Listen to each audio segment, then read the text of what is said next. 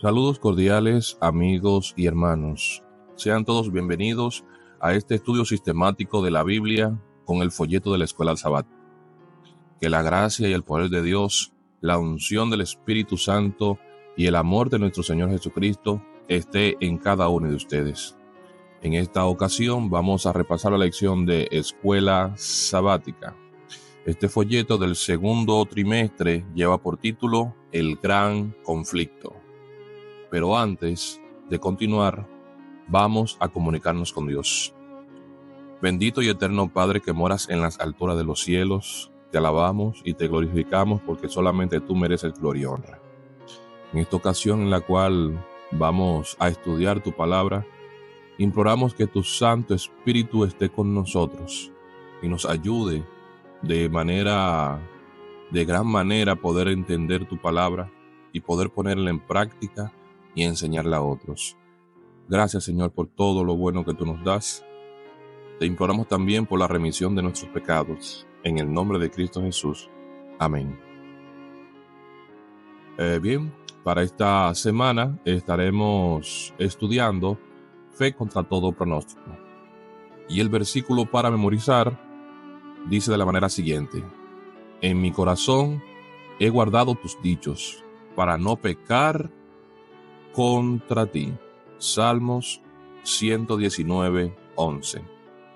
Para hoy, jueves 2 de mayo, la obediencia, el fruto de la fe. Vamos a Romanos, en su capítulo 3, los versículos 27 al 31, el capítulo 6, versos 15 al 18, el capítulo 8, 1 y 2. ¿Qué nos enseña estos versículos sobre la salvación solo por la justicia de Cristo? Romanos, en su capítulo 3, los versos 27 a 31, dice de la manera siguiente: ¿Dónde pues está la jactancia? ¿Queda excluida? ¿Por cuál ley? ¿Por la ley de las obras? No, sino por la ley de la fe. Concluimos pues que el hombre es justificado por fe sin las obras de la ley. ¿Es Dios solamente Dios de los judíos? No. ¿No es también Dios de los gentiles? Ciertamente, también de los gentiles. Porque Dios es uno, y Él justificará por la fe a los de la circuncisión y por medio de la fe a los de la incircuncisión. Luego la fe invalida la ley en ninguna manera, sino que confirmamos la ley. Ahora Romanos 6, versos 15 al 18. Dice así: ¿Qué pues? ¿Pecaremos porque no estamos bajo la ley, sino bajo la gracia? En ninguna manera. ¿No sabéis que si os sometéis a alguien como esclavo para obedecerle, sois esclavo de aquel a quien obedecéis, sea del pecado para muerte o sea de la bendición para la justicia?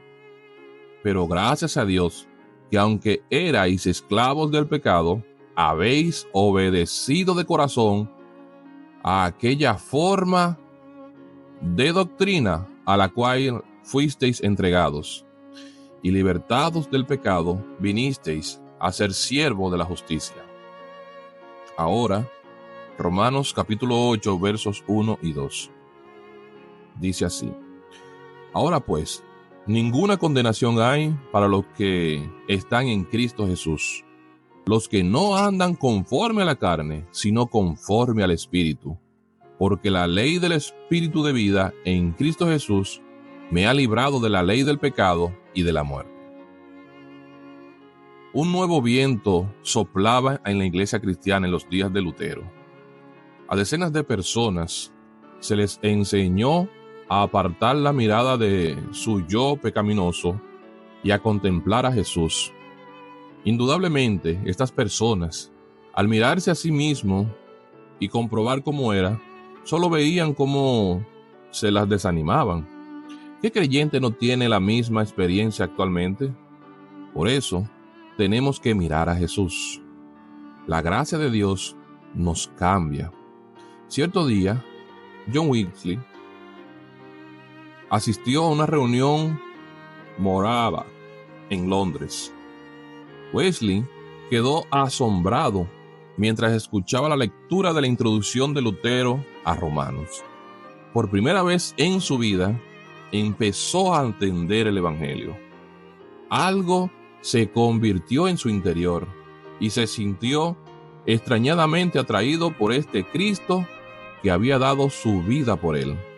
Exclamó: sentí que confiaba en Cristo, solo en Cristo para la salvación, y tuve la seguridad de que Él había quitado mis pecados, aún los míos, y me había salvado de la ley del pecado y de la muerte. John Wesley, The Life of the Rev. John Wesley, M.A., Londres. Steve Collan, 1797, página 331. Vamos a leer el libro de Primera de Pedro, en su capítulo 2, verso 2. Luego seguimos en ese mismo libro, en el capítulo 3, verso 18. Luego Colosenses 1:10 y Efesios capítulo 4, los versos 18 al 24. ¿Qué verdades vitales revelan estos pasajes sobre la vida cristiana? Primero de Pedro 2:2 dice de la manera siguiente: desead como niños recién nacidos la leche espiritual no adulterada, para que por ella crezcáis para salvación. Segunda de Pedro capítulo 3 verso 18 dice así: antes bien, creed en la gracia y el conocimiento de nuestro Señor y Salvador Jesucristo. A Él sea la gloria y hasta el día de la eternidad. Amén. Colosenses capítulo 1 verso 10 dice de la manera siguiente: para que andéis como es digno del Señor, agradándole en todo, llevando fruto de toda buena obra y creciendo en el conocimiento de Dios. Efesios 4, 18 al 24 dice así ahora: teniendo el entendimiento entenebrecido, ajenos de la vida de Dios por la ignorancia que en ellos hay, o la dureza de su corazón, los cuales, después que perdieron toda sensibilidad, se entregaron a la lascivia para cometer con avidez toda clase de impureza. Mas vosotros no habéis aprendido así a Cristo, si en verdad le habéis oído y habéis sido por él enseñado conforme a la verdad que está en Jesús. En cuanto a la pasada manera de vivir, despojaos del viejo hombre, que está viciado conforme a los deseos engañosos, y renovaos en el espíritu de vuestra mente, y vestíos del nuevo hombre, creado según Dios a la justicia y santidad de la verdad. Los reformadores estudiaban sistemáticamente la palabra para descubrir más verdades. No contentos con el statu quo, ni con una experiencia religiosa rígida con poco o ningún crecimiento, anhelaban constantemente conocer mejor a Cristo. Muchos cristianos de la Edad Media que creían en la Biblia pagaron un precio muy alto por su determinación. Fueron torturados, encarcelados, exiliados y ejecutados. Confiscaban sus propiedades, quemaban sus casas, asolaban sus tierras y perseguían a sus familias. Cuando los expulsaban de sus hogares, buscaban una ciudad cuyo arquitecto y constructor es Dios. Hebreos 11:10. Cuando los torturaban, bendecían a sus torturadores, y cuando languidecían en oscuras y húmedas mazmorras, reclamaban las promesas de Dios de una mañana mejor. Aunque su cuerpo estaba confinado, eran libres, libres en Cristo, libres de las verdades de su palabra, libres en la esperanza de un pronto regreso. Al mirarte a ti mismo, ¿qué esperanza de salvación tienes? Que Dios añada bendición a los que hacemos uso de su santa y divina palabra.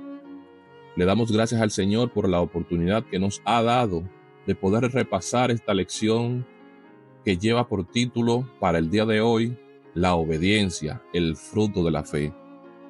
Cuántas cosas pasaron aquellas personas simplemente por mantenerse firme en la fe, firme en decir, he decidido seguir a Cristo y no volver atrás.